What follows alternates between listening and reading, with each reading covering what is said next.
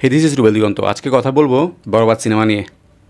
এবং বরবাদ সিনেমা নিয়ে আজকে কথা বলার একটাই কারণ, সেটা হচ্ছে গিয়ে ইন্টারন্যাশনালি বরবাদ কেমন করছে।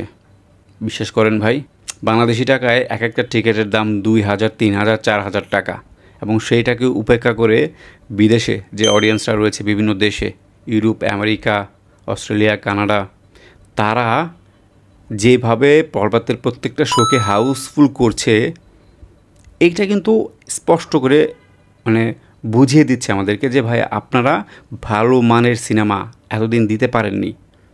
যার কারণে এই যে বাংলাদেশি বাংলা ভাষাভাষী যে অডিয়েন্সরা বিদেশ রয়েছে, যারা প্রত্যেকটা বছর এতদিন যাবৎ বঞ্চিত হয়ে আসছিল ভালো বাংলা সিনেমা দেখার জন্য। হ্যাঁ, তারা যে একেবারে জানতো না যে বাংলা সিনেমা ওই দেশে মুক্তি পেয়েছে, বাট আলটিমেটলি তারা যখন সিনেমা হলে যেত, এত টাকা খরচ করে তারা হতাশা নিয়ে ফিরত। একটা সময় কী হলো, তারা এই যাও কয়েকটা সিনেমা বিদেশের মাটিতে মুক্তি পায়, এগুলো কিন্তু টোটালি পরে আর ভালো একটা সুফল বয়ে আনতে পারেনি। কিন্তু বরবাদ, প্রিয়তমা, তুফান, এই তিনটাকে আমি আইকনিক রাখবো, কারণ এটা হচ্ছে বাংলা সিনেমাকে একটা অনন্য উচ্চতায় নিয়ে গেছে।